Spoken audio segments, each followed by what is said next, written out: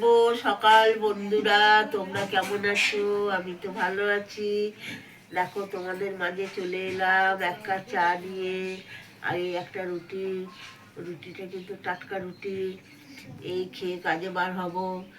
আবার আজকে সকাল থেকে মেঘ অন্ধকার করছে, গুড়ি গুড়ি বৃষ্টি হচ্ছে, তা কাজে তো যেতে হবে। এই জন্য চলে এলাম চাটা খেয়ে।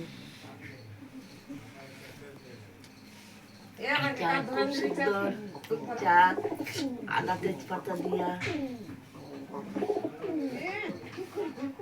দেখুন আমাদের পায়রাটা কেমন বাকুম বাকুম করছে। ও সারাদিন এই খাটটা ও দখল করে থাকে।